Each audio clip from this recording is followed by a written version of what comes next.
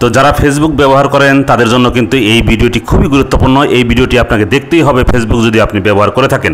মেসেঞ্জারে ভুয়া মেসেজ আসে, যদি আপনি ভুক্তভোগী না হন আপনি কল্পনাও করতে পারবেন না। এই ভুয়া ফেসবুক পেজগুলো নেটওয়ার্কে বা ইন্টারনেট জগতে বেশি বেড়াচ্ছে। যে কোনো সময় আপনার কাছে ফ্রেন্ড রিকোয়েস্ট হিসেবে তারা আপনার প্রোফাইলে ঢুকে যাচ্ছে এবং কি সময় সুযোগ বুঝে এরা আপনার কাছ থেকে ফিনান্সিয়াল হোক বা তাদের যে উদ্দেশ্য, তাদের যে শখ বা তাদের যে নকশা অনুযায়ী সেটি তারা হাসিল করার আপ্রাণ চেষ্টা করতেছে। তো এই বিষয়ে আমাদের অবশ্যই সতর্ক থাকতে হবে। আমাদের ফেসবুক ব্যবহার করতে হলে আমরা ফেসবুক ব্যবহার করব, অবশ্যই সতর্ক থাকব। আচ্ছা, এই ভুয়া পেজগুলো যদি চেনার উপায় আমরা শনাক্ত করতে পারি তাহলে কিন্তু আমরা এই সমস্ত ব্যক্তিদের অ্যাভয়েড করে চলতে পারি। এখন এই ভুয়া পেজগুলো বা ভুয়া প্রোফাইলগুলো আপনি কীভাবে চিনবেন যে ফেসবুকে এই ব্যক্তিটি ভুয়া? যদি কেউ আপনাকে ফ্রেন্ড রিকোয়েস্ট পাঠায়, সাথে সাথে আপনি ফ্রেন্ড রিকোয়েস্টটি অ্যাকসেপ্ট না করে আপনি সরাসরি তার প্রোফাইলে চলে যান।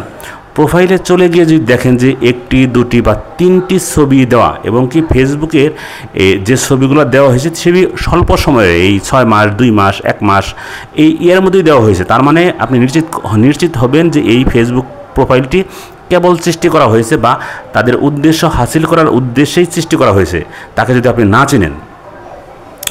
আরেকটি বিষয় আপনি খেয়াল করবেন, এই সমস্ত ব্যক্তি যদি প্রোফাইল লক করাও থাকে, আপনি ফোনটা প্রোফাইলটি অ্যাকসেপ্ট করেন, ফ্রেন্ড রিকোয়েস্টে অ্যাকসেপ্ট করে আপনি ভিতরে গেলে সব কিছু আপনি দেখতে পারবেন। তার ডেট অফ বার্থ থেকে শুরু করে তার ফেসবুক আইডিটা কবে সৃষ্টি করছে এবং তার ছবি এবং পারিবারিক যে সমস্ত বা সামাজিক যে সমস্ত কার্যকলাপ ছবিগুলো সে পোস্ট করছে সেগুলো কিন্তু দেখতে পারবেন। সেগুলোর সংখ্যা যদি 1টা বা 2টা 3টা হয় আপনি নিশ্চিতভাবে ধরে নেন যে এই ব্যক্তিটি সন্দেহজনক। এই জন্য এই ব্যক্তির ফ্রেন্ড রিকোয়েস্টটি আপনার অ্যাকসেপ্ট করা যাবে না। আরেকটি বিষয় আমরা অনলাইনে দেখে থাকি, অনলাইনে যদি আমরা কোনো প্রোডাক্ট দেখি ক্রয় করার জন্য, সে জায়গায় অসংখ্য ভালো রিভিউ দেওয়া আছে, খুব দারুণ প্রোডাক্ট নিতে পারেন, আমি ভাইয়ের কাছ থেকে প্রোডাক্টটি নিয়েছি, আমি আপুর কাছ থেকে প্রোডাক্টটি নিয়েছি।